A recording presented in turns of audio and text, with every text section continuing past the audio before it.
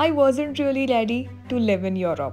कारण इथे जगण्यासाठी एक वेगळा कॉन्फिडन्स लागतो. मी मूळची सांगलीची आहे, त्यामुळे माझं मोठ्यात मोठं स्वप्न होतं पुणे मुंबईच्या मोठ्या मीडिया हाऊसेसमध्ये काम करण्याचं, विच आय इव्हेंच्युअली अचीव्ड. आणि अर्थात या सगळ्यामुळे मी जर्मनीला स्वप्नात सुद्धा पोहोचले नव्हते. I never manifested this life. जगातल्या सगळ्यात सुंदर ठिकाणी युरोपमध्ये येऊन I was complaining to my husband saying, तू मला इथे कुठे घेऊन आलास?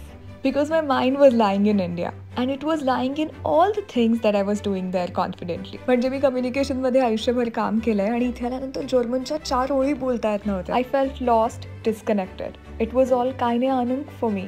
I couldn't understand a thing. I decided मैं तो यहाँ से भाग रही हूँ. Later, I had a session with my therapist आणि तिने सांगितलं, इंडिया बाहेर असताना जर्मनीमध्ये इंडिया शोधू नकोस, तरच you can live in the moment. यानंतर आता जर्मन भाषेच्या ABCD पासून सुरुवात झाली आहे आणि युरोप आधीपासूनच सुंदर आहे, पण आता ते मलाही सुंदर दिसू लागलंय.